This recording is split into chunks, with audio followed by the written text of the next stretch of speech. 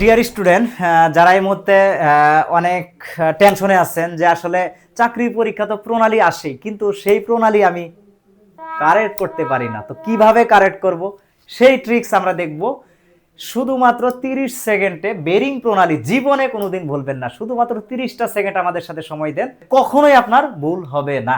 ইস, মিথ্যে কথা। ট্রিক্স কি? এই যে আমাদের সামনে ট্রিক্স চলে এসেছে। কি সুন্দর একটা ছন্দ মুখস্থ করবেন। কি? উফ, কি বোরিং এ আম।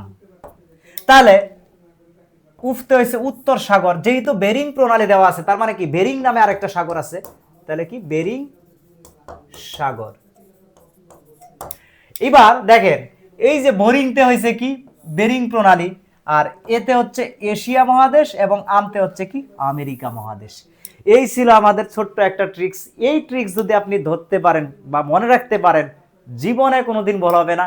চাকরি পরীক্ষার মধ্যে আসা আর আপনার অ্যান্সার করা।